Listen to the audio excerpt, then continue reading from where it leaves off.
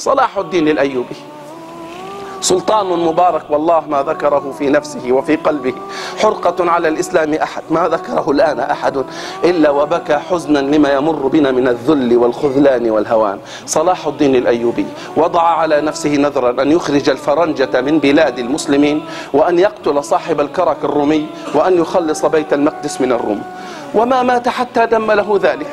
القاضي الفاضل في كتابه عيون الروضتين قال: كتب له شاب من الأسرى في بيت المقدس رقعة فيها: يا أيها الملك الذي لمعالم الصلبان نكس، جاءت إليك ظلامة تسعى من البيت المقدس، كل المساجد طهرت وأنا على شرفي منجس.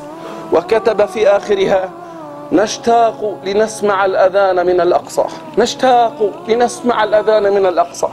بكى صلاح الدين حتى بل الرقعة، وأسس من ساعته وجعل أولى مهامه بيت المقدس، وانطلق سنة 83 و500 للهجرة. وجد بيت المقدس فيه ما يزيد عن 60,000 رومي، كلهم يرى أن يموت أهون عليه من أن يسلم الأقصى.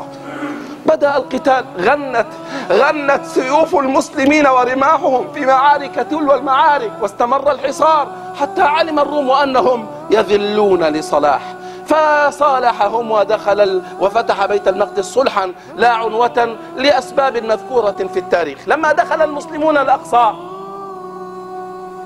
وجدوا بيت الله الأقصى مشغولا بالخنازير، مهانا بالصلبان والخنازير.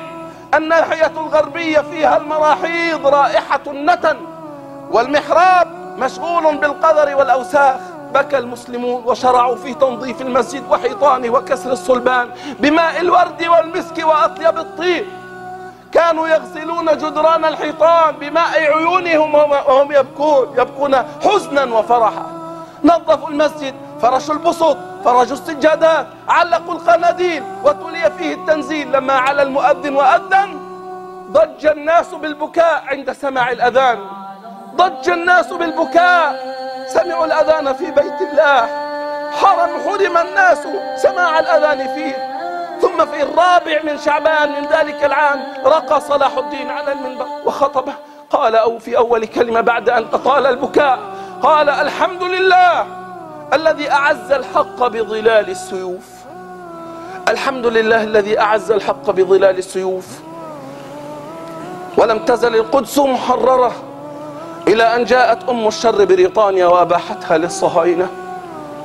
لما دخل هنري غورو، إن كنتم تسمعون به، قائد معركة ميسلون المشهورة، لما دخل إلى بلاد الشام وقف عند قبر صلاح الدين، ركله برجله وقال: ها قد عدنا يا صلاح الدين، ها قد عدنا. نعم، لأن الناس نقضوا عهد الله فسلط الله عليهم غيره وأخذ بعض ما في أيديهم. ها قد عدنا يا صلاح الدين. هذه الكلمة لم تخرج فلتة، هي ككلمة بوش السابقة لما أعلن أنها حرب صليبية. إنهم يقاتلون عن عقيدة حقيقة، هم يريدون هذا لاعتقادات في دينهم ولمآرب عندهم. المسلمون لا يقاتلون إلا لله.